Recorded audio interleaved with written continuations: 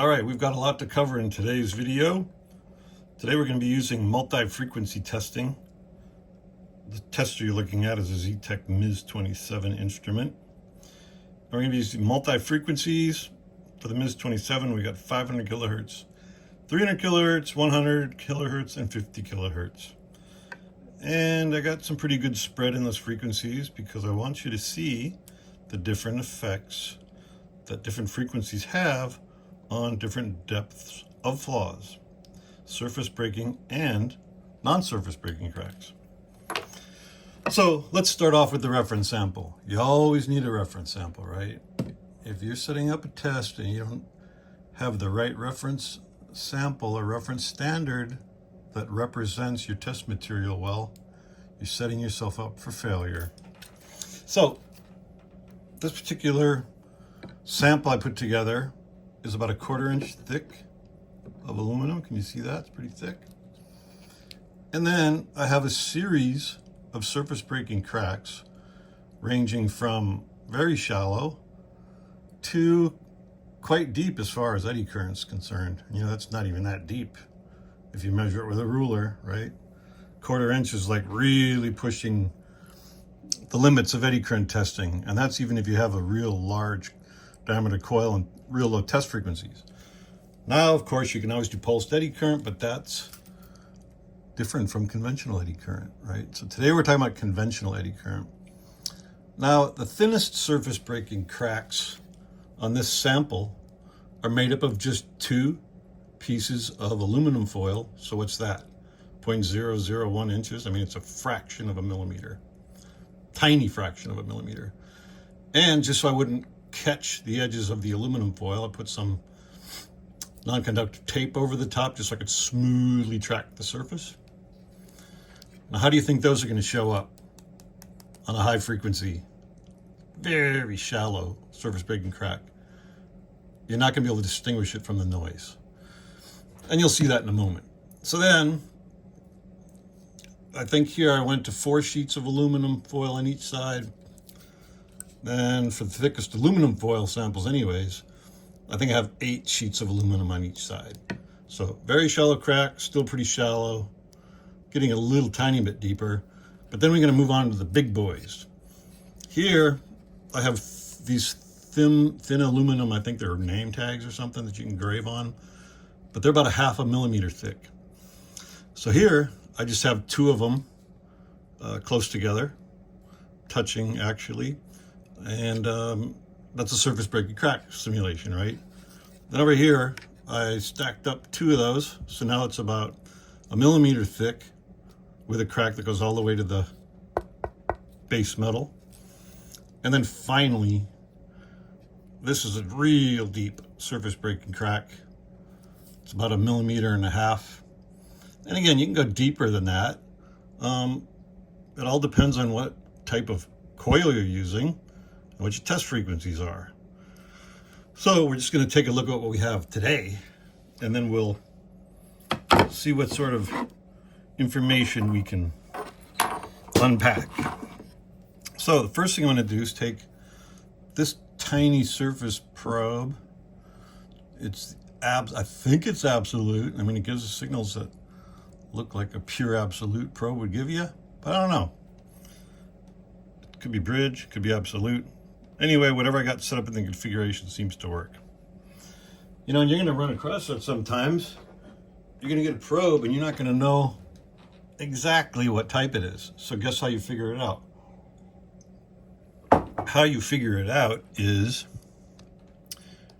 you go into your test config, and the MIZ-27, there's, I don't know, probably 4 or 5 different settings that you can apply. You know, there's differential, there's absolute, there's bridge, driver pickup, and sometimes you just have to play around and just keep toggling through your different options and see what gives you a signal, right? And then make sure that what you're seeing in your cal standard is going to represent well what you expect to maybe find in your actual test material. So I had to play around with the config for a little bit this morning, and you know, while the rest of you were having sweet dreams, I was in here preparing this demonstration. And it may not seem like a lot, but when you start to cut all those little pieces of Reynolds wrap and try not to tear them, and then go through with your probe and see if the signals are doing what you need them to do for your experiment, it takes a little time. But you got to do it right. Devil's in the details, right? Starting config. All right, I'm going to touch my probe to my aluminum, and probably a good idea to null. Okay, you can see I have my lift off set. Well, at least it was flat when I set it, but for this demonstration, I don't care if it's 1 or 2 degrees off. I don't think you do either. So now I'm going to touch my probe to my 1 sheet of aluminum foil, super thin. And obviously, I got a little bit of lift off here. Notice how all the impedance points shifted to the left? That's base metal, no lift off. This is the aluminum operating point for each frequency. But when I move over to the thin aluminum foil, all the impedance points shifts over to the left about 2 or 3 divisions. That's because of that piece of non-conductive tape. Now, you know the lift-off's the most troublesome variable in eddy current testing. You probably notice why I keep mentioning that in almost every video. It's because it's true. And when I say that, hopefully it plants in your mind that if you're going to be looking for tiny cracks, you know, for example, on a commercial airliner, you know, the difference between finding a tiny crack and not finding it can be catastrophic. And the way that you maximize the potential to find those tiny flaws that can lead to really bad things is to really concentrate on your scanning method and your scanning style. Make sure the probe is normal to the surface, straight up and down. You know, rocking your probe back and forth just a millimeter this way and that way, you know, can cause you to miss a tiny flaw. So use alarm gates, and instead of focusing on your screen, focus on your test material and your probe position and orientation, making sure that you're minimizing liftoff at all costs. That's going to give you the best chance of having a successful and meaningful test. So again, all the null points shifted over to the left because I'm on a piece of non-conductive coating. So now I'm going to re-null because I want to bring everything over to the right on my screen a little bit. So let's watch what happens when we scan by the first surface breaking crack. So this is a fraction of a millimeter deep. Well, it kind of looks like just probe motion. Now, here I'm scanning only on the tape, no crack, right? And then right about now, that's where I go over the crack. So this is just scanning on the tape, and then this is scanning over the crack. You would say here the separation angle between liftoff and a shallow surface breaking crack is just about 0. So you got no chance of finding that flaw. Now, could I go in here and crank up the vertical gain? Sure, I could do all that, but that's already covered in a different video. So let's move our probe over to 4 sheets of aluminum foil. Now you're probably asking yourself, why did he skip over 2 and 3? Well, because 2 sheets and 3 sheets looked a lot like 1 sheet. So it was a waste of time, and I only have so much real estate on this block or plate, so I have to use my real estate wisely. Okay, so now I'm over on the 4 sheets of aluminum. So this is it's still a fraction of a millimeter thick, but it's 4 times as deep a crack as it was with the 1 sheet of Reynolds wrap. Okay, so this is just scanning on the tape on the 4 sheets. And when I go over that one, now you can see a little bit more horizontal motion, but the separation angle is still really weak. So that's not very impressive at all. Now I'm going to move the probe over to 8 sheets. So now this is 8 times as deep as that first one that was very, very, very weak. Ready? So this is just scanning on the tape, and that's going over the 8 sheets. So that's an 8 sheet of aluminum foil deep surface breaking axial crack simulation. So now not only did the signal increase probably fourfold in amplitude, but now we're starting to get the separation angle. Now, yesterday I had a post on LinkedIn, and someone made a comment about, the shape of absolute signals. So if you have a tight crack and you have perfect magnetic coupling efficiency, meaning you don't have any liftoff, and your scanning speed is fast, you can have real nice signals with not a lot of phase opening. Why didn't I get those while I was explaining the perfect signals? There you go. That's a little bit better right there. So see how there's not a lot of lobe opening there? They're just kind of up and back, up and back.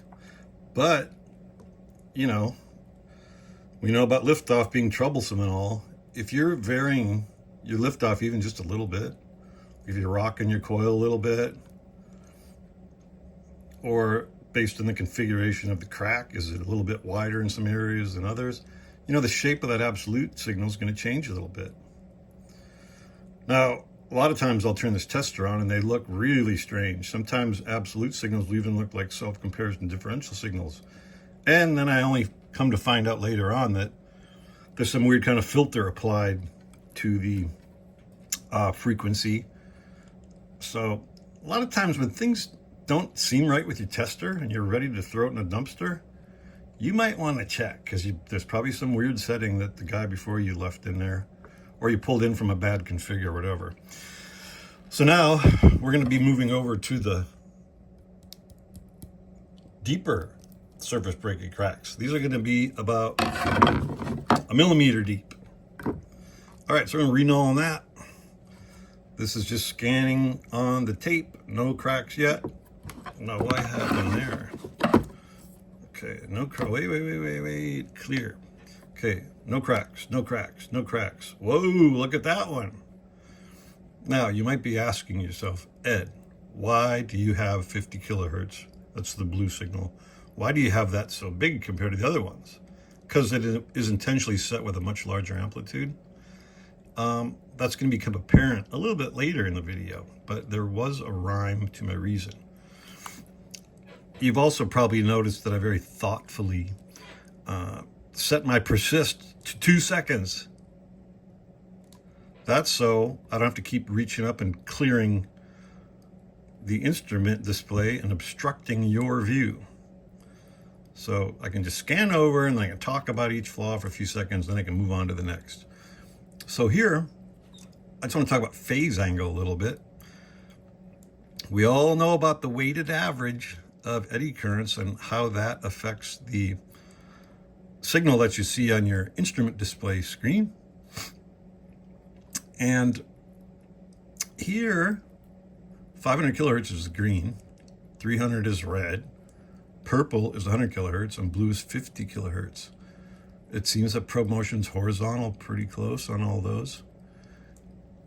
And when you set probe motion horizontal, it's going to be just about impossible to ever get a very, very deep flaw, surface breaking crack, that is, or a through wall hole, any of those types of things that have, mass disruption of eddy currents at the surface nearest the coil. It's going to be very difficult to get that beyond like 50 degrees of phase lag.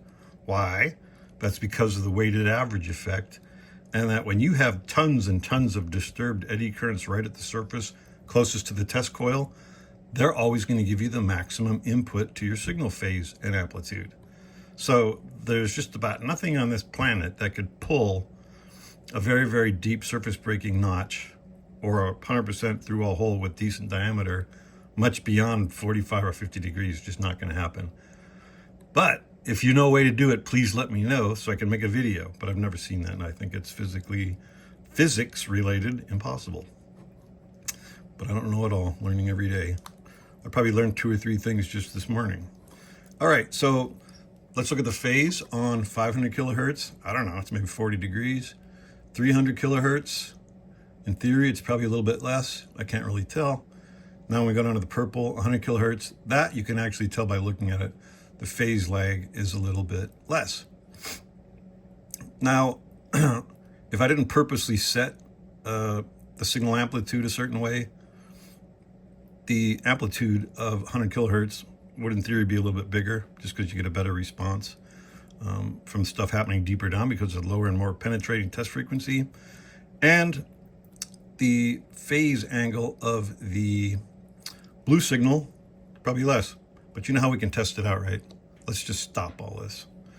And let's just go down to one of these guys. I probably need to move over. I'm doing this all with my left hand, which is not my best hand. I'm gonna try to shrink down the window size a little bit so I can just capture one signal at a time, or get rid of all the extraneous stuff I don't want. Come on now. It's really tough to get that smaller. Maybe I have to do this. Let's see here. Do I have to do that? Gotta hit this cursor. There we go. So let's just grab one of those angles and let's see what peak to peak. How's that? Peak to peak. All right. The green, 500 kilohertz, 30 degrees. The red's 29 degrees. Purple's 21 degrees. And the blue's 16 degrees.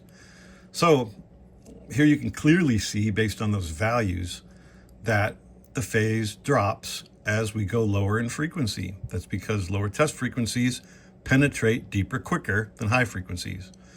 The higher frequencies, since they take longer, are going to have more phase lag. So the highest frequency, 30 degrees phase lag. The lowest frequency, only 16 degrees phase lag. So that follows the logic that we are used to. All right, let's start the tester back up. What's the next phase of this experiment?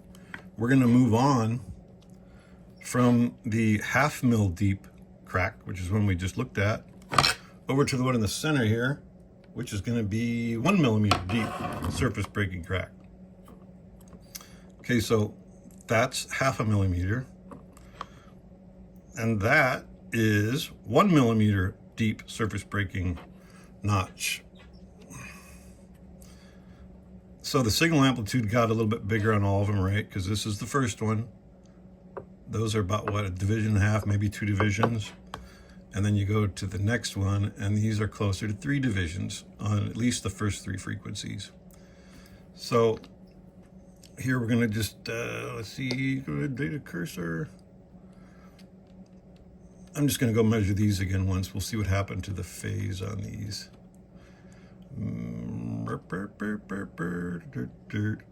Measure peak to peak. I grabbed the wrong side of that signal. Can you tell that?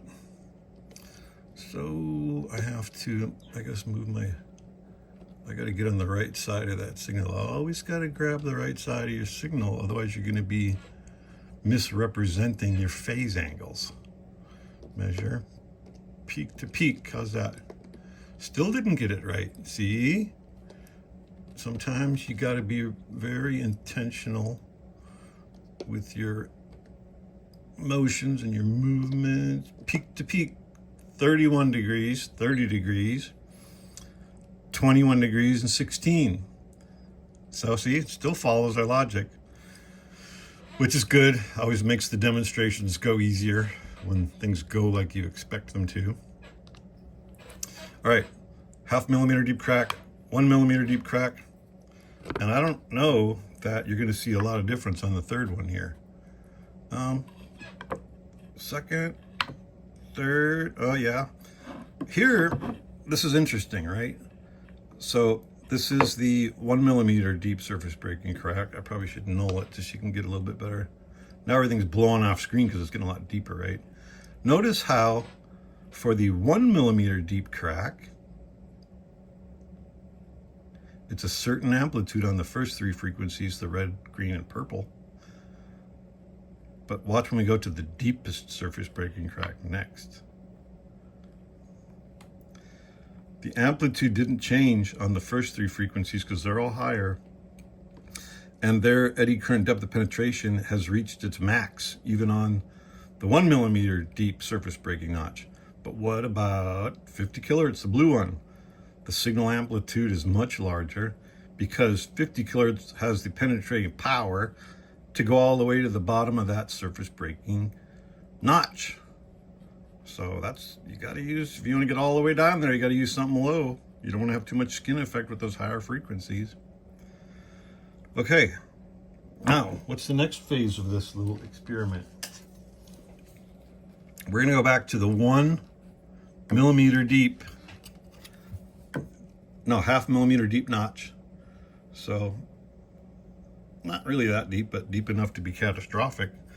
And I'm going to put a half millimeter thick piece of the same type of aluminum on top of that crack that you just saw very easily. Okay, I'm scanning over it there and you're not seeing jack. Let me re-null. You're not seeing anything on the first three frequencies. But what about 50 kilohertz? Look at the blue. You see that one? There's a little something trying to poke out there in 50 kilohertz. So let's move our piece of aluminum over to the 1 millimeter deep notch. Probably not going to see much on the three highest frequencies, but now look at the blue. See them poking out over there a little bit? And now we're just going to try it with the 1.5 millimeter, no, yeah, 1.5 millimeter deep crack. Yeah, even the 50 kilohertz is challenged, but at least there's a faint signal there. But most people aren't going to catch that. No, you know, you could go in there and turn up some vertical gain and get them to pop out of there. But again, that's a different demonstration. So now we're going to just take a couple really thin sheets of aluminum and put over these same cracks. So this is going to be the half millimeter deep surface breaking crack with the surface breaking, so nothing is covering them, right? So remember seeing these about 3 or 4 minutes ago? Pay attention to those phase angles. They're about, what, 35 degrees, 40 degrees, something like that. With one sheet of aluminum, let's look at, got to re-null because my impedance point shifted. Watch the phase angle now. See that? See how much phase lag you get just from going a fraction of a millimeter below the surface? Very noticeable. It's almost double the phase. Okay? So just a little bit below the surface makes a big deal. And after we're done with the MIZ-27, I got a little surprise for you.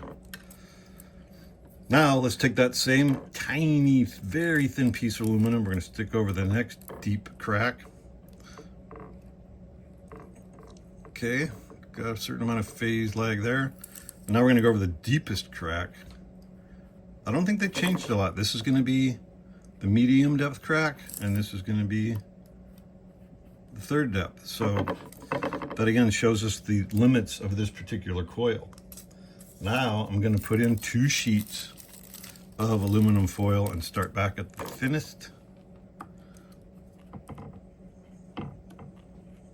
More phase lag yet. Now I'm just going to skip all the way down to the deepest crack. You know, look at like 300 kilohertz here. That's over like 120 degrees.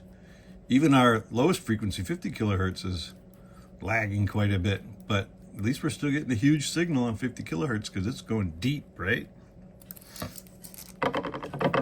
And now I'm going to add 2 more sheets of aluminum foil. 2 more sheets. This will be what, 4 sheets of aluminum foil? All right. What's that gonna do? We'll find out in a second. All right, 1/2 millimeter deep crack right there. 1/2 millimeter deep. And then this is that crack with 4 sheets of aluminum.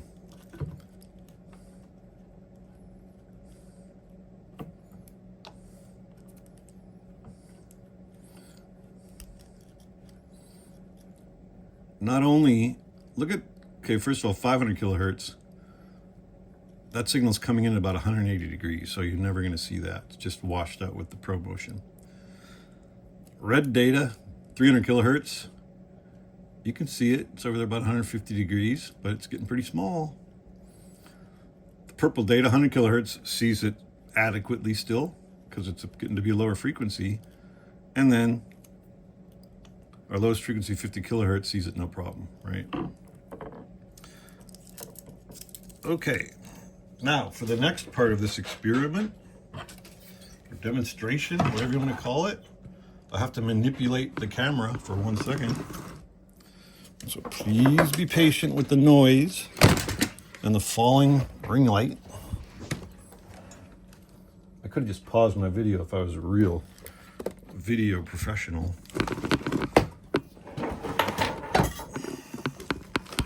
But it's early. I'm still learning how to do all this video production stuff, right? So, put something heavy on my camera so it doesn't fall over. Okay. Now, if I can find my probe in the dark, obviously, if you see my videos, you know that this is the Workstation 2000 from Stavely. I like it just because it's got a real big monitor, just like the MIZ-27. So what's different about phase 2 of this demonstration, now I'm using a pencil probe, and I'm using only 2 frequencies because that's the limitation of this particular tester. But my frequencies are 240 kilohertz for channel 1, that's on the left. And then on the right, I have 60 kilohertz. Okay, so I'm going to touch my pencil probe just to the base metal, and I'm going to hit null and erase. You know what I have to do on here, just to be cool like the other one? I need to set my persist up. My persist up. Where's the persist? Is that display erase? Is that what it is?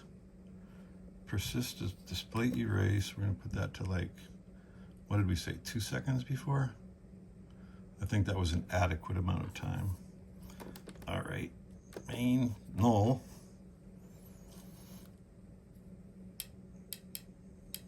Better hit null again.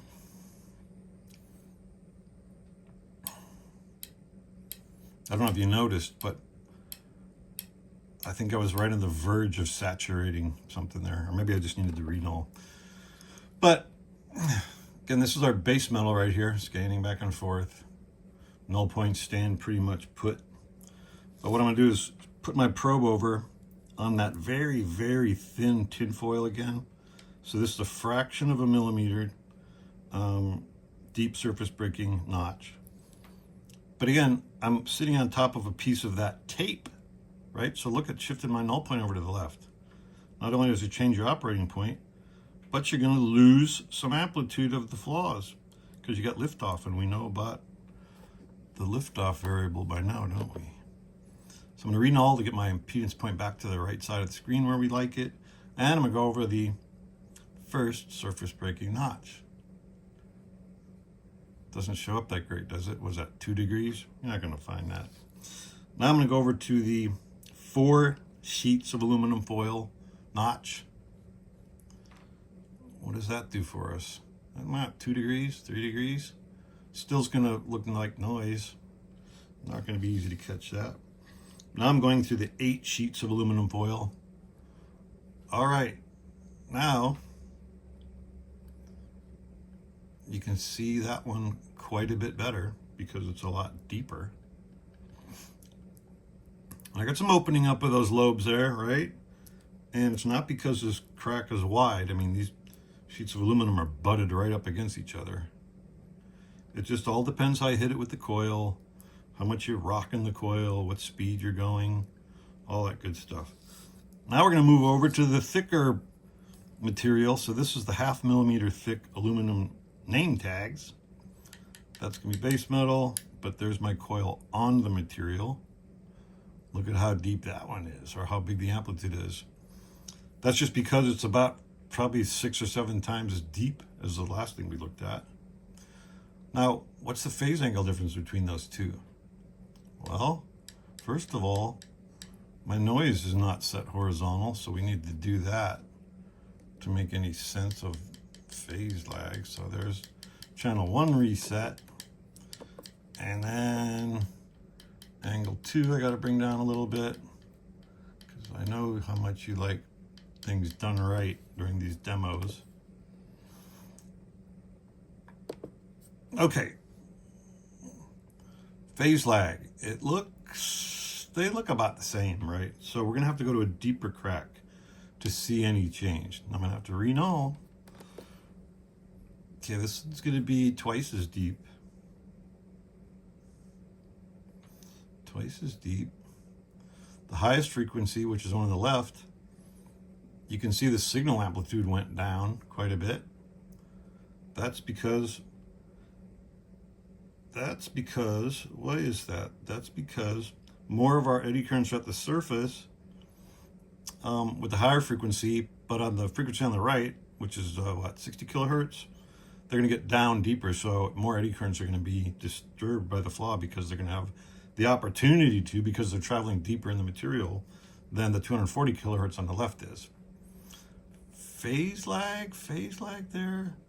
I don't see a lot of difference, but you should have a little bit less phase lag on the lower frequency.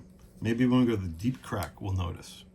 So this is going to be the 1.5 millimeter deep surface breaking notch, renulling my instrument.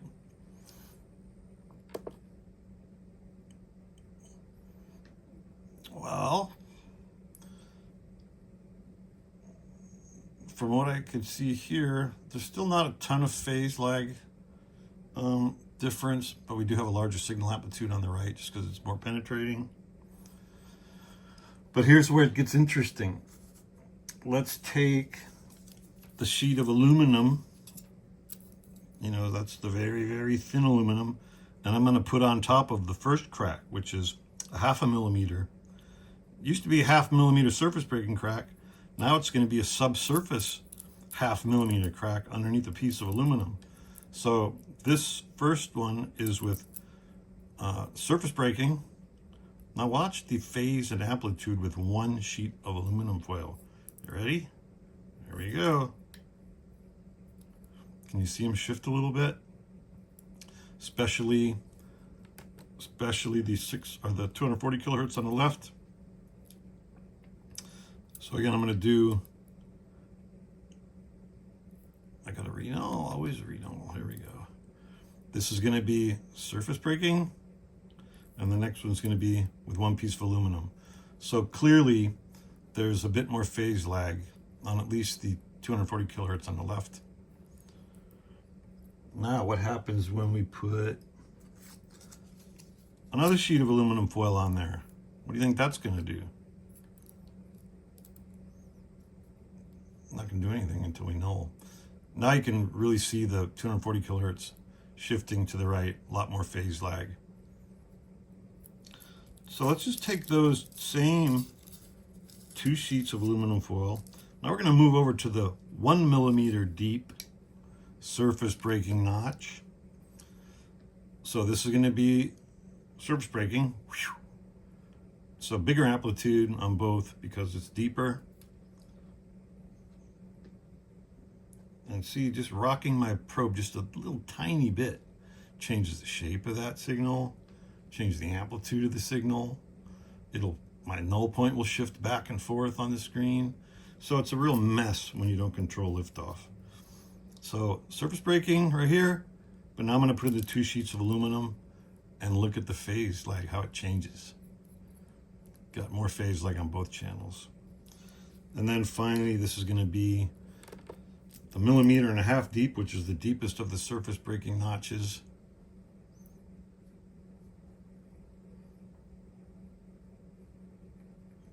And here I'm going to put on some aluminum foil. Let's see, I got a Renault tester. It's starting to get pretty small. But yeah, you can see the more phase lag on both of the channels. Let's see, it seems like there was one more piece of this demonstration. Okay, maybe it was this. Now I'm going to move over to the very, very thin sheets of aluminum foil. This should give us some pretty dramatic results. So here we've got null. This is surface breaking, fraction of a millimeter. Can't see it. That's the 4 millimeter thick. We got to get deep here. Hold on. Man, I should have cut this video off at 30 minutes because this is going to be very anticlimactic at the end here. Well, I guess in summary, I'm just going to go to the 1 millimeter deep surface breaking notch, and then I'm going to put in 2 sheets of aluminum, and you're going to see a shift in the phase, and you will see a difference in the amplitude. Ready? So that's surface breaking, and now it's subsurface right here. That's subsurface, and that's surface breaking.